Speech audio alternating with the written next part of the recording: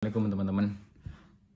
Tahu nggak sih kalau kita tidak tahu ilmu bahasa kasih itu sangat berbahaya. Saya punya banyak contoh-contoh pengalaman pribadi, pengalaman orang lain yang ini sangat berkaitan erat dengan konsep bahasa kasih ya. Sebagaimana kita ketahui ada 5 bahasa kasih. Yang pertama adalah hadiah, yang kedua adalah pelayanan, yang ketiga adalah waktu yang berkualitas, yang keempat adalah kata-kata pendukung, yang kelima adalah sentuhan. Jadi orang itu merasa dicintai kalau bahasa kasih dari salah satu dari 5 ini dipenuhi oleh pasangannya. Nah, apa yang terjadi kalau seandainya orang itu tidak dipenuhi bahasa kasihnya, maka merasa tangki emosinya kosong, tidak terisi. Nah, kalau itu kosong, maka situasinya adalah berbahaya. Berbahayanya gimana? Kalau suatu saat tangki emosi itu diisi oleh orang lain, maka dia akan merasa dicintai orang lain dan dia bisa mencintai orang lain. Nah, ini problem ya. Nah, sepanjang pengalaman saya sebagai pelayan tamu Allah, saya sering mengalami hal-hal yang berkaitan langsung terkait dengan bahasa kasih ini. Satu contoh gitu ya, saya pernah membawa rombongan sebagai tour leader jamaah umroh 10 hari, hanya 10 hari teman-teman ya. Jadi kita di Arafah Mina sebagai seorang tour leader itu memang diwajibkan untuk betul-betul memberikan pelayanan total service gitu ya. Bahkan ada salah satu ustadz kita, Ustadz Mujahid, mengatakan jadi tour leader itu hampir mirip-mirip melakukan pekerjaan pembantu karena melayani semuanya gitu ya. Nah, suatu ketika saya membawa seorang jamaah gitu ya. Nah, jamaah ini memang seorang ibu-ibu ya.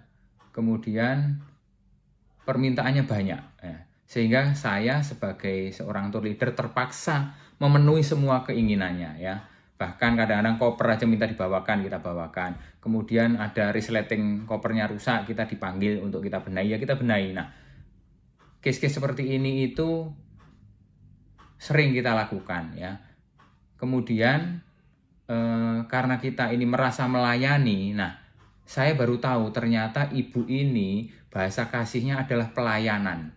Nah, saya tidak tahu keadaan di rumahnya bagaimana, rumah tangganya bagaimana, apakah tangki emosinya ini dipenuhi oleh pasangannya atau tidak. Nah, ternyata aktivitas saya melayani, membantu ibu ini mengurus segala sesuatunya, ini menjadi bumerang buat saya. Kenapa? Karena saya dianggap melayani semua kebutuhan. Jadi saya mengisi tangki emosinya. Nah, ini sangat berbahaya teman-teman. Nah, ketika hal itu terjadi saya langsung tersadar, wah ini saya harus hati-hati gitu ya, harus bisa ngerem, harus bisa memposisikan diri secara profesional karena saya secara tidak sadar dan tidak sengaja sudah memenuhi tangki emosinya. Bagaimana saya tahu kalau saya sudah memenuhi tangki emosinya?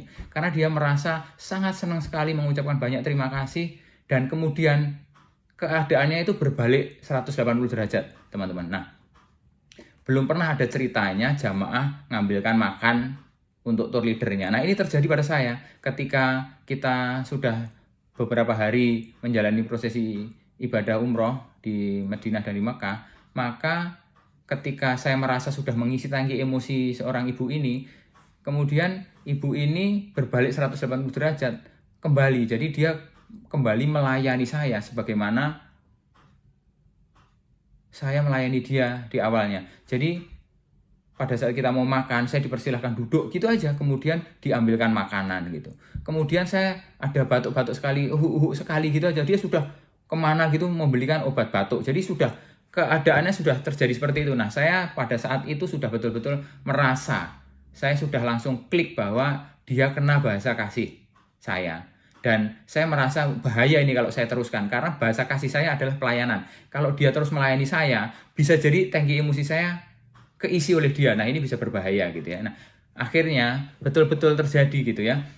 Sehingga akhirnya Bapak Ibu kesimpulannya adalah setiap malam itu enggak jelas ukuran waktunya, sampai jam 12 malam, jam 1 malam, jam 2 malam itu chattingan terus, WA-an terus gitu. Nah, saya sudah mulai sadar bahwa ini enggak boleh diteruskan, enggak boleh terjadi. Ini saya cut, saya harus menjaga jarak dan saya harus putuskan Saya tidak boleh lagi melakukan sesuatu yang bersifat mengisi tangki emosinya. Nah, ini berbahaya Bapak Ibu. Bayangkan kalau seandainya saya tidak mengerti ilmu bahasa kasih, saya teruskan aja kejadian itu, maka terjadilah hal-hal yang kita tidak inginkan gitu.